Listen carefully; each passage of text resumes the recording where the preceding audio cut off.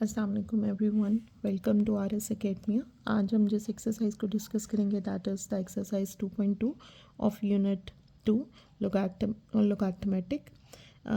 इसको हम लोग एक्सप्लेन करेंगे, लेकिन सबसे पहले इस 2.2 को एक्सप्लेन करने से पहले मैं आपको बताना चाहती हूँ कि स्टैंडर्ड फॉर्म क्या है किसी भी लॉग की। अब हम लोगों को मालूम है कि लॉग की जो स्टैंडर्ड फॉर्म है वो है log base p of x is equal to y। इसको हम एक्सप्रेस कैसे करेंगे? इसको एक्सप्रेस करने का तरीका ये है that is the log of x, ये log of x with base p is y। हम इसको बोलेंगे ऐसे, log of x with base p is equal to y।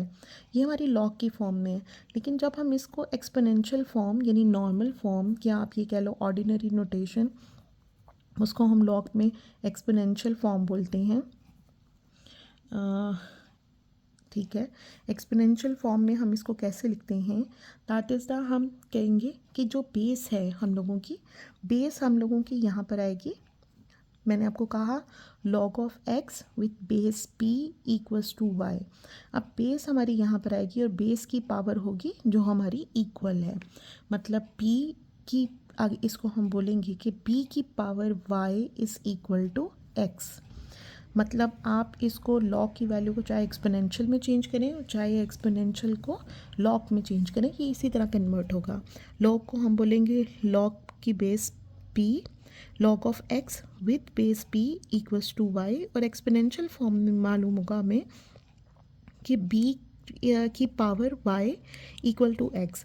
अब इन क्वेश्चन के अंदर, क्वेश्चन नंबर 1 के अंदर हम इसको एक्सप्रेस करेंगे। क्वेश्चन के अंदर express each of the following in logarithmic form, log की फॉर्म में हमने कन्वर्ट करना है। यहाँ पे हमें इन्होंने क्वेश्चन दिया हुआ है 10 रेज़ की पावर 3 इक्वल्स टू 1000।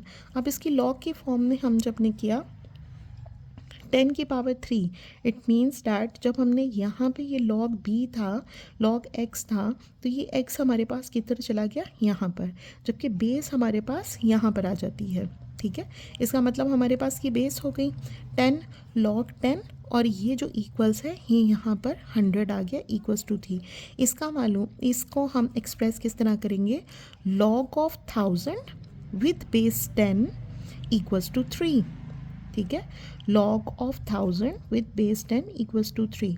आप कैलकुलेटर के अंदर भी, जब आप कैलकुलेटर ऑन करते हैं, हम यहाँ पर जब लॉग लेते हैं तो इस लॉग की भी बेस हमेशा, जो कुछ भी गिवन नहीं होता, यहाँ पे बेस 10 होती है। ठीक है, ये बेस इसकी 10 है। इसके अलावा कोई भी कैसा भी कैलकुलेटर नहीं है जिसकी बेस 10 के अलावा हो। यहाँ पे लॉग की बेस, अगर मैं यहाँ पे भी लॉग की बेस 10 लेती हूँ जो हमारे क्वेश्चन के अंदर है, लॉग ऑफ 1000 विथ बेस 10, यहाँ पे भी मैंने यही लिखा है, log of 1000 with base 10 equals to हमारे पास 3 आता है, जो कि हमारे पास ये क्वेश्चन में है। ठीक है, नेक्स्ट पार्ट है हम लोगों का 2 की पावर 8 इज़ इक्वल टू 256। इसको लॉग की फॉर्म में मैं लिखती हूँ, लॉग की बेस हो गई ये 2। ठीक है, हमारी पावर चलेगी दूसरी वाली साइड पे और 256 हमारे पास ये आ गया। Log of 256 with base 2 equals to 8। Next है हमारे पास 3 की पावर -3 इज़ इक्वल टू 1/2। हम लोगों की ये जो फॉर्म है ये हमारी बेस में चली जाएगी। लॉग ऑफ 3 इक्वल की दूसरी वाली वैल्यू हमारे पास लॉग की इधर वैल्यू में आ जाएगी, 1/log के साथ आ जाएगी 1/27, और जो पावर है वो इक्वल के दूसरी तरफ चली जाएगी। नेक्स्ट फोर्थ वाला पार्ट है 20 की पावर 2 इज़ इक्वल टू 4000। हमारे पास लॉग की वैल्यू बेस बन जाएगी 20, पावर हमारे पास चली जाएगी इक्वल की दूसरी वाली साइड पे, और इक्वल के बाद वाली जो वैल्यू एक्सपोनेंशियल फॉर्म में 400, वो हमारे पास लॉग आएगी, और इसको हम लॉग के साथ आएगी तो उसको हम पढ़ेंगे log of 400 with base 20 equals to 2। ठीक है, लेकिन यहाँ पर बेस क्या है हमारे पास? 20। यहाँ पर बेस क्या है? 3। यहाँ पर बेस है 2। ठीक है, लेकिन कैलकुलेटर में हमेशा हमारी बेस आती है log of 10, log with base 10। Next है हमारे पास फिफ्थ वाला पार्ट 16 की पावर -1/4 इक्वल्स टू 1/2। इसको लॉग की फॉर्म में कन्वर्ट करने से हमारे पास 16 आ जाएगी हमारे पास बेस, लॉग की बेस 16, इक्वल के बाद वाली वैल्यू हमारे साथ लॉग के साथ, और पावर वैल्यू हमारी इक्वल के साथ चली जाएगी। 11 का स्क्वायर इज इक्वल टू 121। हमारे पास लॉग ये 11 हमारे पास चला जाएगा बेस में, 121 हमारा लॉग के साथ और पावर हमारे पास सेकंड दूसरी तरफ चली जाएगी। नीचे वाला क्वेश्चन देखिएगा, आपको ये MCQs के पॉइंट ऑफ व्यू से बहुत इंपॉर्टेंट है। आपको डिफरेंट ऑप्शंस देके वो कह सकते हैं कि इसकी लोगारिथमेटिक फॉर्म क्या है, ठीक है। और आपकी रिव्यू एक्सरसाइज में भी इसी तरह के क्वेश्चंस कुछ दिए हुए हैं। P is equal to QQR। अब जहाँ पे यहाँ इन क्वेश्चंस में हमें लेफ्ट साइड पे दिए, इधर राइट साइड पे दी हुई थी। आपने परेशान नहीं होना कि ये क्या हो गया, हम उसी तरफ इलेबोरेट कर देंगे। क्या होगा, लॉग की बेस Q, पावर हमारी इक्वल के दूसरी तरफ चली जाएगी और इक्वल की दूसरी तरफ जो वैल्यू है वो हमारी लॉग के साथ आ जाएगी। नेक्स्ट है हमारे पास 32 की पावर 1/5 इक्वल्स टू 1/2। ये हमारे पे चली जाएगी 32 बेस में, पावर इक्वल के दूसरी वाली साइड पे और लॉग के साथ हमारे पास आ जाएगा 1/2।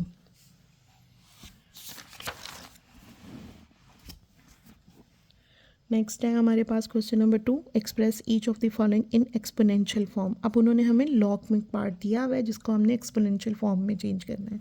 जैसे मैंने आपको पहले बताया कि लॉग ऑफ हम लोग करते हैं log of p x is equal to y, यानी log of x with b base p is equal to y। इसकी एक्सपोनेंशियल फॉर्म होती है p, जो बेस थी उसको हम यहाँ पे लिखते हैं इक्वल के दूसरी वाली साइड को पावर इक्वल्स टू ये लॉग के साथ जो x वाली वैल्यू है ये हमारे पास x इसी तरह चली जाएगी। इसी तरह ये सारे हमारे क्वेश्चन हैं, जो बेस है वो हमारी यहाँ पर आ जाएगी एक्सपोनेंशियल फॉर्म में। बेस हमारी यहाँ पे वैल्यू बनेगी, इस इक्वल के जो दूसरी साइड वाली वैल्यू है दैट इज़ द पावर और इक्वल का साइन लगा के 125। अगर आप वैसे भी कैलकुलेटर में 5 का क्यूब निकालेंगे तो वो 125 ही बनता है। यह सेकेंड वाला क्वेश्चन है, लॉग 216 इक्वल्स टू 4। बेस हमारे पास वैल्यू बनेगी, इक्वल के दूसरी तरफ उसकी पावर इक्वल्स टू ये 16 वैल्यू हमारे पास दूसरी तरफ चली जाएगी। नेक्स्ट थर्ड वाला पार्ट है 23 हमारे पास वैल्यू बनेगी, इक्वल की दूसरी तरफ वाली जो वैल्यू है जो ज़ीरो है वो उसकी पावर इक्वल्स टू 1। हमेशा ये चीज़ याद रखिएगा कि किसी भी वैल्यू, किसी भी कोफिशिएंट हो, वेरिएबल हो, किसी भी चीज़ की वैल्यू अगर ज़ीरो है then it is equals to 1। Always remember, x की वैल्यू ज़ीरो है, y की वैल्यू ज़ीरो है, 22 की वैल्यू ज़ीरो है, 23 की वैल्यू ज़ीरो है, each and everything equals to 1। Next है हमारे पास फोर्थ वाला पार्ट, लॉग की पावर 5 की log 5 with base 5 equals to 1। इसको एक्सपोनेंशियल फॉर्म में हम चेंज करेंगे। 5 यहाँ पर आ गया हमारे पास, जो बेस थी 5 वैल्यू बन गई, इक्वल की दूसरी तरफ वाली जो वैल्यू है वो हमारी पावर इक्वल्स टू ये लॉग के साथ वाली जो वैल्यू है वो इक्वल के दूसरी तरफ चली जाएगी। यानी जो हम लोगों ने पीछे उसको एक्सपोनेंशियल फॉर्म को लोगारिथम में चेंज करने के लिए किया था, हम उसका रिवर्स कर देंगे।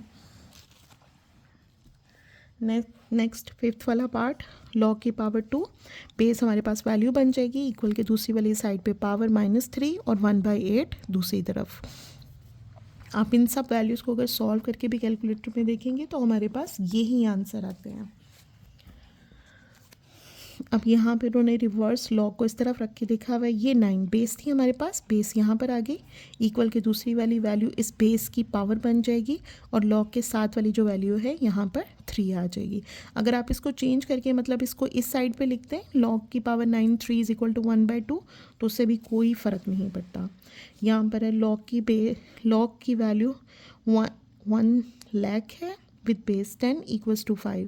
तो एक्सपोनेंशियल फॉर्म में क्या होगा, 10 की पावर 5 इक्वल के दूसरी साइड वाली जो वैल्यू है वो हमारी पावर में चली जाएगी, इक्वल्स टू हमारे पास 1 लाख।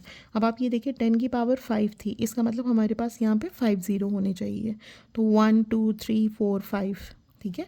ये हमारी साइंटिफिक फॉर्म है और ये हमारी एक्सपोनेंशियल फॉर्म है। नेक्स्ट है हम लोगों के पास एक्सपोनेंशियल फॉर्म या स्टैंडर्ड फॉर्म या हमारे पास स्टैंडर्ड नोटेशन, वटएवर जो भी आपको उस टाइम याद आ जाए आप वही बोल सकते हैं।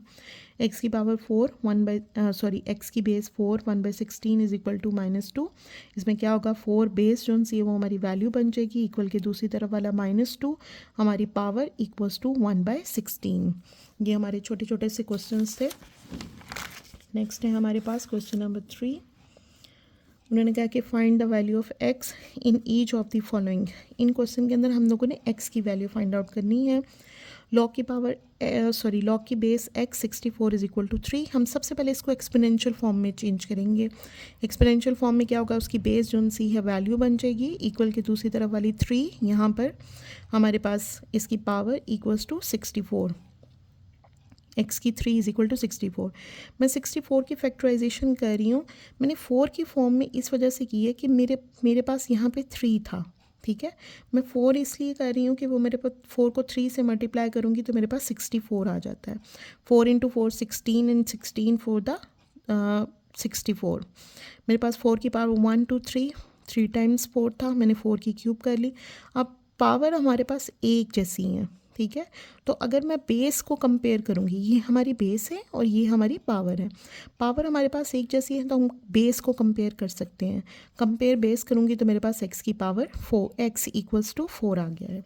नेक्स्ट इसका सेकेंड पार्ट है हमारे पास log 5 1, log base 5 1 equals to x, ठीक है। एक्सपोनेंशियल फॉर्म में हमारे पास बेस यहाँ पर आ जाएगी, x स्टार्ट पे इक्वल्स टू 1, यानी ये जो लॉग के साथ वाली वैल्यू इक्वल के दूसरी तरफ चली जाएगी। अब मैंने जैसे आपको पहले भी बताया, किसी भी वैल्यू की पावर अगर हम 0 करें तो वो इक्वल्स टू 1 होती है। यहाँ पे 5 की पावर अगर मैं 0 कर दूँ दैट इज़ इक्वल टू 1। मैं 1 की जगह पे 5 की पावर 0 लग दूँ तो कोई फ़र्क नहीं पड़ता। लेकिन क्यों मैंने किया, इस वजह से किया ताकि मेरी बेस एक जैसी हो जाए, ठीक है। अब मेरे पास, मैं यहाँ पावर में तो x ला नहीं सकती, ठीक है, तो इसलिए मैंने बेस को एक जैसा करने की कोशिश की है। अब बेस मेरी जब एक जैसी होगी तो मैंने कंपेयर कर दिया पावर्स को, देन हमारी पावर कंपेयर करने पे x इज़ इक्वल टू 0।